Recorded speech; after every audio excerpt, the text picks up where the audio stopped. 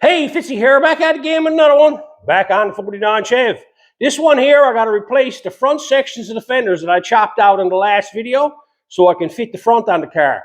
The whole front of the fender was gone. So how are you going to make up a piece for that? How are you going to install it? Simple. Use the cutting bus. Stick around.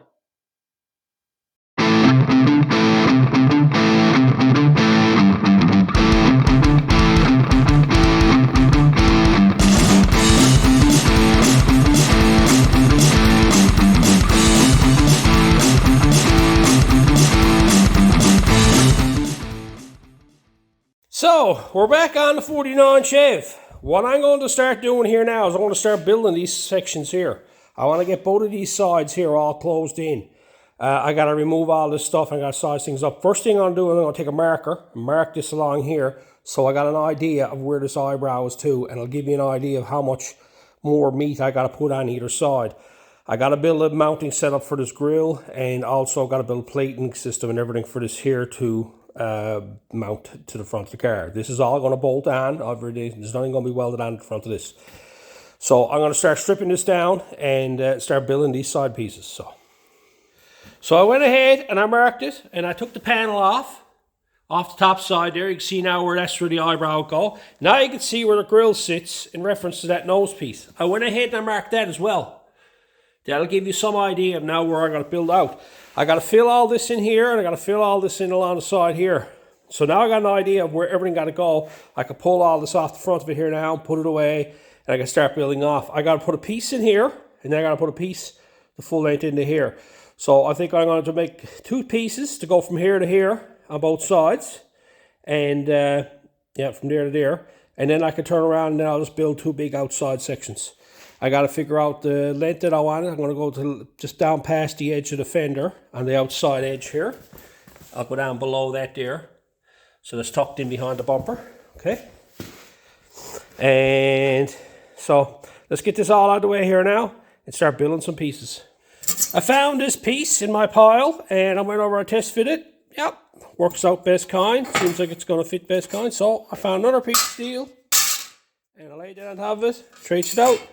Now I got my two pieces, one for the left, one for the right. So here's what I got here now.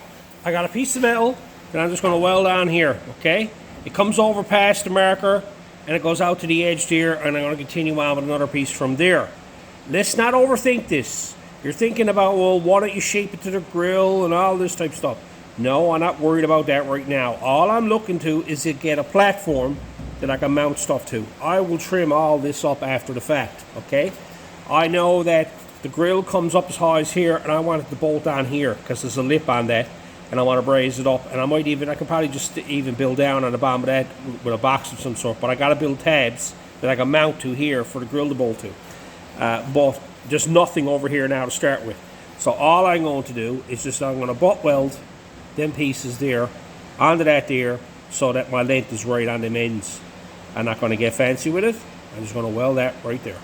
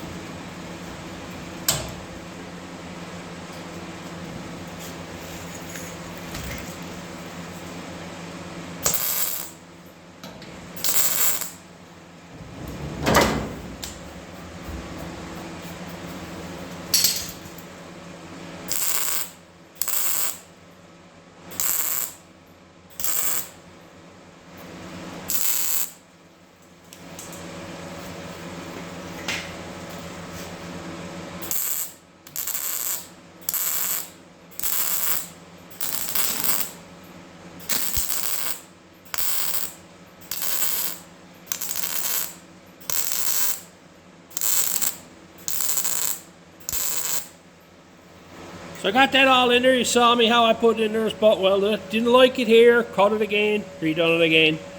I went ahead and start putting a few tacks on it. I'll leave that alone, let it cool down now. I'll go over and get this one fitted, get that put in place, start welding that one up, and I'll jump back and forth from one to the other, welding two of them on. I'm going to finish them off completely, grind and finish the whole 9 yards. So I'll go ahead and get that other one welded on and get 2 of these welded up.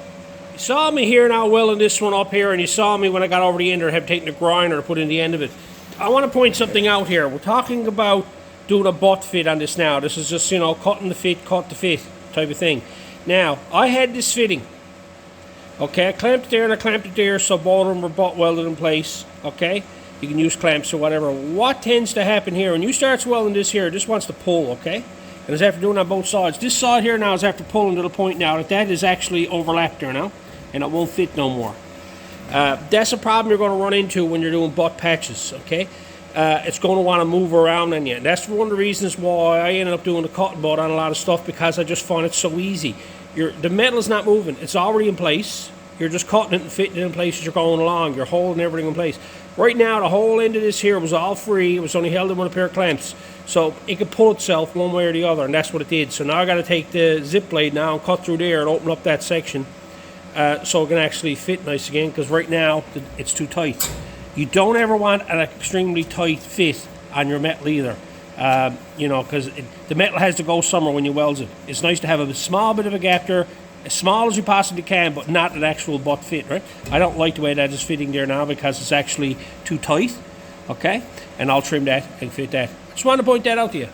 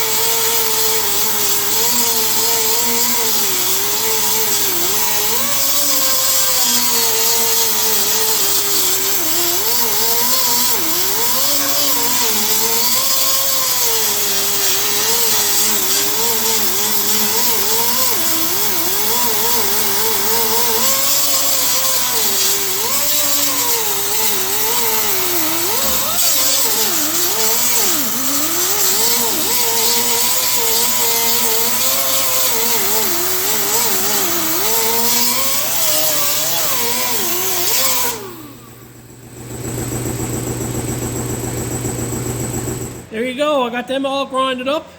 They're finished. I likes to finish everything as I'm going. Like finish grinding, have it done, so I haven't got to worry about it, okay? Now that's going to have to be trimmed off, all that type of stuff. I got to do a bit of dolly work, whatever with it. But I'm trying to get this whole section now straightened away, so I'm going to go measure up this corner now from out here, come around to here, overlap here, overlap here, overlap back there. And just take a measurement, the overall length and the overall width through here, and then go find a piece of metal that will fit there, and I'll go over the pipe anvil and I'll do the bending. I'm going to have to trim it first in order to get it where I'm happy with it. No, I might use the pipe anvil on first and then trim it after. Yeah. Anyway, let's go find a piece of steel now, get that measured up. So I measured it up. I need 11 inches and 17 is what I needed. But up in this corner here now, I got to come up about 6, and I got to cut it across this way like that to go underneath the headlight to come across, right? So I was there trying to figure out how I can incorporate this piece of metal without having to cut this out and then start again. So I got to come up here 6 and then come over this way and then cut this like that eventually. So I'm going to leave that alone like that. I'm not going to worry about it. I'm just going to cut this out and then we're going to shape this to fit it.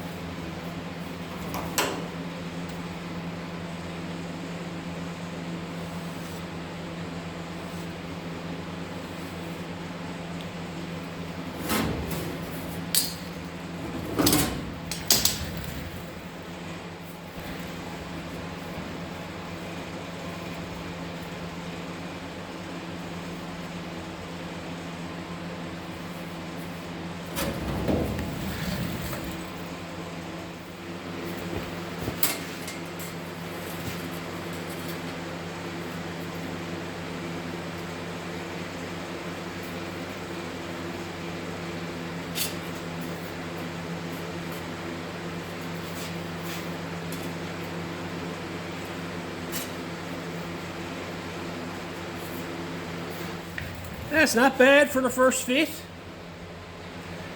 Going up along there. It's a bit close here. I'm going to come back to here and cut this on an angle this way here. I'm going to leave all this alone like it is. I'm not going to worry too much about getting it. Because down here it doesn't matter about shaping, rolling off, because the grill surround comes down this way around this as well. And I got to keep it straight and flat. A lot of this is removed after the fact, and this here will be trimmed off as well. But what I want to do, I just want to get this section filled in, do the same with the other side. So I'm going to go ahead, mark this along here, and get this fitting over here and see, because it seems like it's a little bit of a springiness going on there. So I might have to tweak that this way a small bit. But I'll get that trimmed up, and we'll see what it fits like. So I did some more tweaking, did some trimming. I trimmed off this upper section here, and I just tweaked this corner a small bit better. I'm happy where that's to there now. The way it goes back, it's got a bit of a slope this way on it, and it flows up, but don't need a lot because, like I said, a lot of this will be trimmed off after the fact, and most of this is covered anyway. It's only about this much of this here you're going to actually see. So where that's to there now, all I'm going to do is I'm going to tack weld it on and do the cutting butt along there, down there. Just make it simple. Not going to overthink it, okay? So I'm going to get that tack welded on now and just do a quick test fit on the grill bar just to see what it looks like. And we'll get that welded in.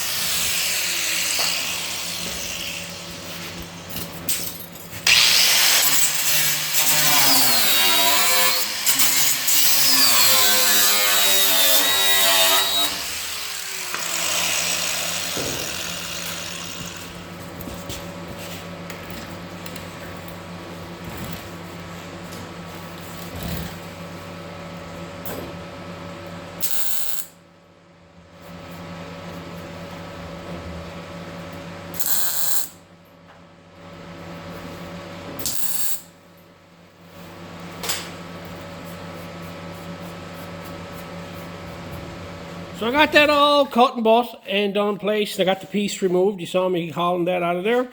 We're going to cover one quick little thing here now. You saw me starting over here, coming across, working my way along. When I got to about here, I just went ahead and I cut the whole works out of it. What happens here is because we're on a turn. The metal is like this here now. When you cut and you starts cutting this here, what you have welded over here is holding this back. This can't fall in. This piece of metal has to slide forward like so. It has to go from here, and then when you drops it back, it'll slide back here. So it's going to move back here. You saw me making a straight zip cut down through there. I didn't do the 45 there. It was a straight cut. After I got this all straightened away, I had to cut that again because it was touching, it was almost overlapping there because this piece of metal here moved back. Okay, then usually you got to do that on turns, and you always got to keep an eye on it, because if I had to start from here and work my way this way here, I would have had to let all this go. So I always tries to find my shortest place, which is basically I could come to about right here, and then everything's going to start to bind after that, because this piece of metal wanted to go in that direction. So I figured I'd just point that out to show you the reason why I did like I did. Now that that's all cut and buttoned in place, I'm just going to go ahead and get that all welded in.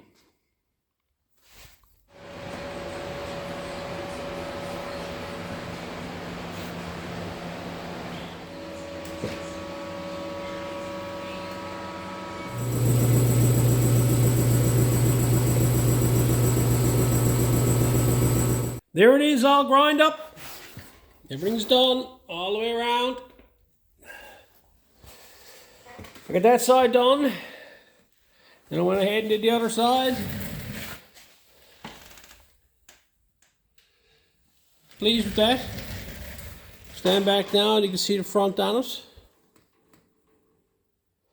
Way it's going to look. What I'm going to do now is going to lay the grill in place. I'm going to trim both of these out of here, so it looks more presentable than what I got down there now, right? So I'm going to lay the grill up in place and get that trimmed off. Just went ahead then ran the mark around the edge of it. I'll come back about an inch or so now behind that and leave it there and just trim it off so it just looks nice and just don't look like pieces welded in it. And there you have it. I got it all trimmed up. I just rather roughly cut in. I'm going to leave most of that there. I may have to trim more off later, but I'm not too much worried about it.